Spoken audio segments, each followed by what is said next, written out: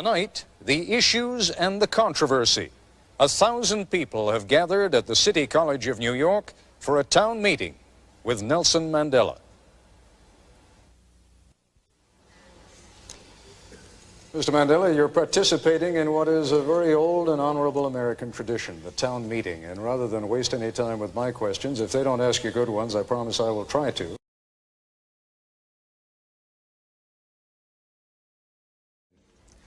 Those of us who share your struggle for human rights and against apartheid have been somewhat disappointed by the models of human rights that you have held up since being released in jail. You've met over the last 6 months 3 times with Yasser Arafat. Are these your models of leaders of human rights? And if so, would you want a Gaddafi or an Arafat or a Castro to be a future president of South Africa? One of the mistakes which some political analysts make is to think that their enemies should be our enemies.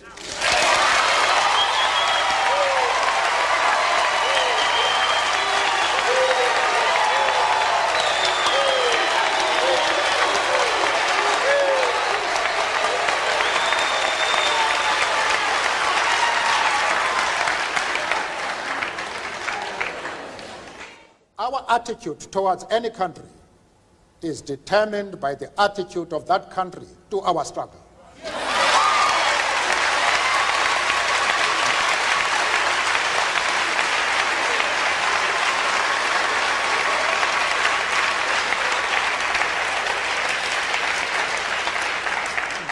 Yasser Arafat,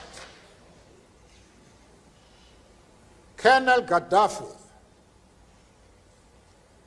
Fidel Castro support our struggle to the hilt.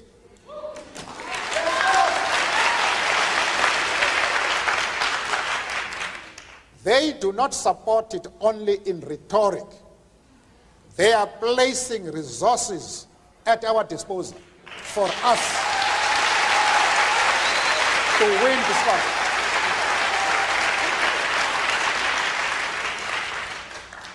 That is the position.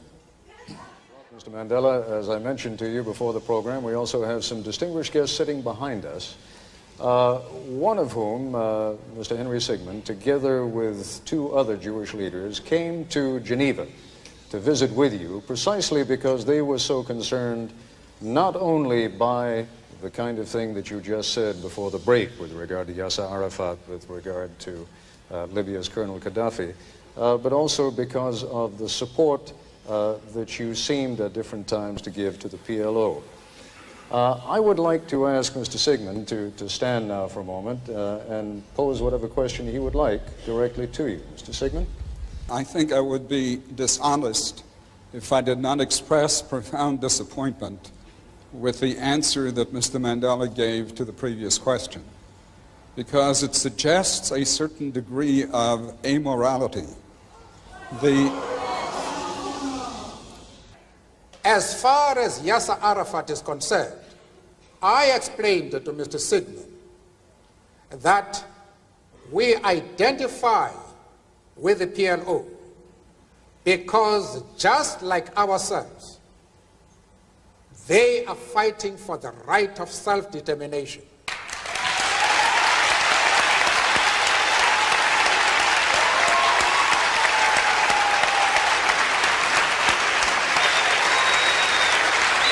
Mr. Mandela,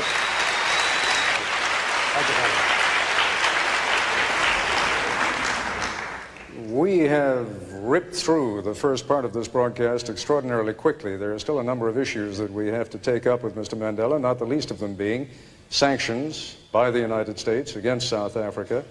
We will continue with that in the Nightline segment of this broadcast. Just a quick break now. We'll be back.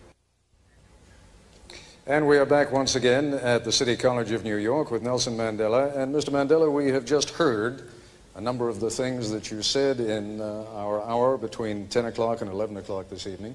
Some controversial things, not the kinds of things necessarily that a very political man says. If you were very political, you might have been more concerned about not alienating some people in this country who have it within their hands, within their power, either to continue sanctions against South Africa or to raise those sanctions, to lift them. Why were you not a little more political? Perhaps we're too accustomed to politicians in this country. I do not understand what you mean. Perhaps if you clarify what you are referring to, I may be in a position to comment. What I'm saying is that in this country, for example, there has been for many years a close alliance between the Jewish population and the black population in the civil rights struggle. There is likely to be a rather negative reaction to some of the things that you have said. That reaction could very well cause people to call up their congressmen, their senators, and say, go ahead, lift the sanctions. Why not? After all, President de Klerk is doing a great deal against apartheid. Only today, in fact, his number 2 man, Gerrit Viljoen, said that the government perceives itself in South Africa as being part of the anti-apartheid struggle.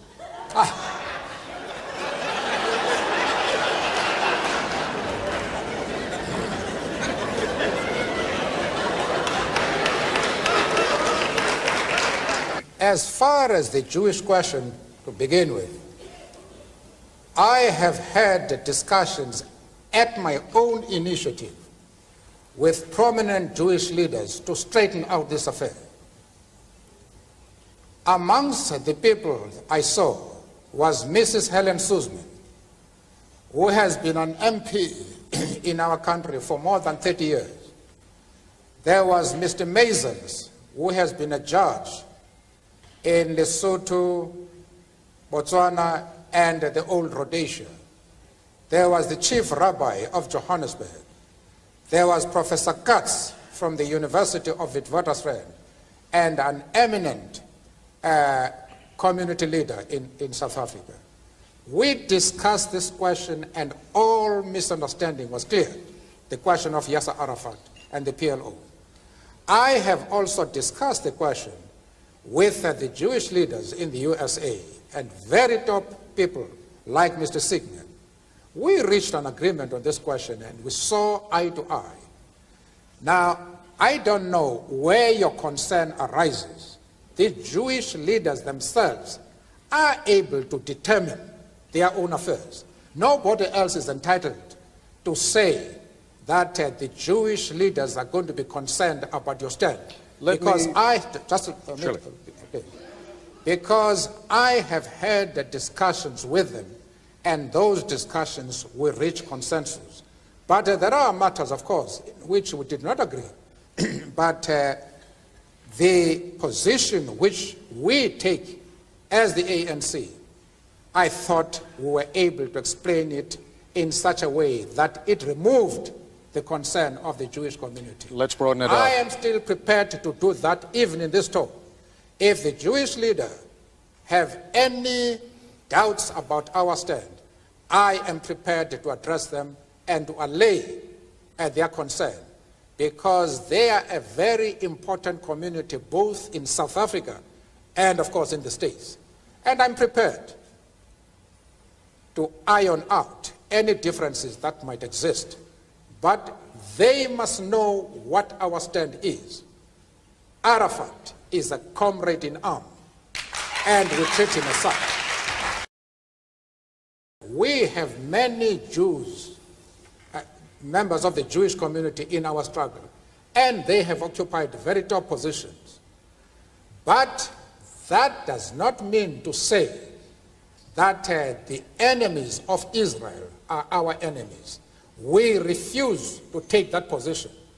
You can call it being political or a moral question, but for anybody who changes his principles depending on whom he is dealing, that is not a man who can lead a nation.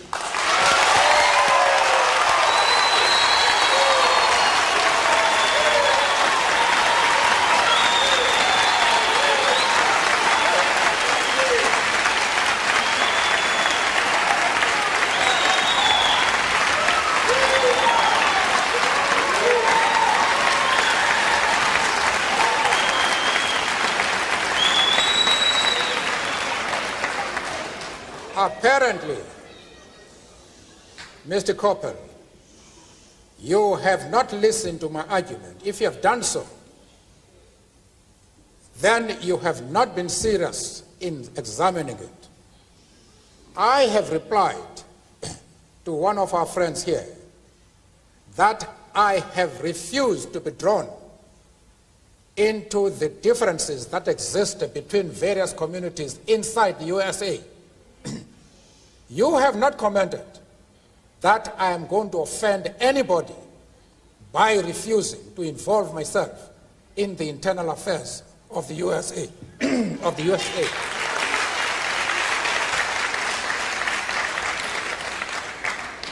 Why are you so keen that I should involve myself in the internal affairs of Cuba and Libya?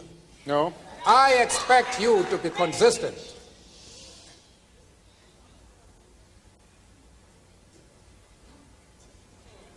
I don't know if I have paralyzed you. No.